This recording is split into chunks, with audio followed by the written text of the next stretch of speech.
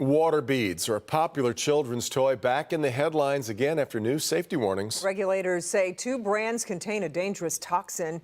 In its ongoing investigation, Consumer Reports reveals more about this latest water bead hazard and what parents need to know about avoiding them altogether. Here's Rhonda Walker. They start out tiny and look like innocent fun, but water beads are made from super absorbent material that grows dramatically in water.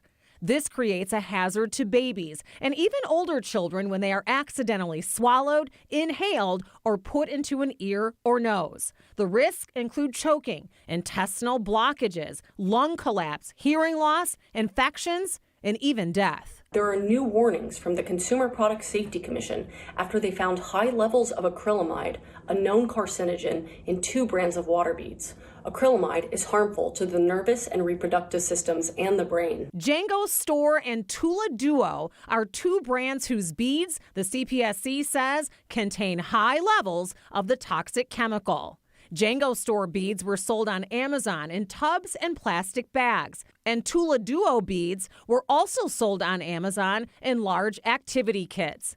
Amazon tells Consumer Reports that as of December, they do not allow the sale of water beads that are marketed to children, including as toys. Amazon says it is warning people who bought these 2 brands of water beads and issuing refunds. But that doesn't solve the problem entirely. They can still be found online, often marked as something other than toys, and some companies haven't taken any steps to remove the products.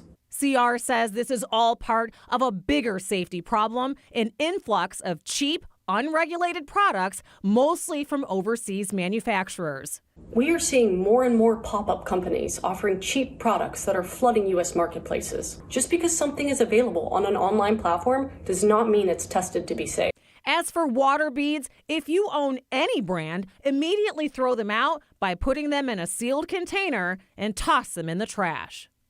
All right, let's bring in Dr. Frank McGeorge. This concern about water beads is far from new. I feel like we were just sitting here having this conversation a couple months ago about it. That's exactly right. It is far from new, not new at all. In fact, it's remarkable how long this has been going on, and frankly, that we are still seeing kids injured by these products. I'm just going to say it outright. Water bead products are just not safe to have around children, regardless of what they're being sold as or where you buy them. As Rhonda mentioned, we're seeing more and more of these cheap toys and knockoffs that we're flooded with. In fact, I'd love to see somebody do a study of how much stuff that's advertised on social media is just garbage. But what do parents need to be aware of? Well, you know, I think parents need to basically assess any toy that their child is interacting with and ask some simple questions. Does it have sharp edges? Could it break off into small pieces? Does it seem, frankly, poorly made?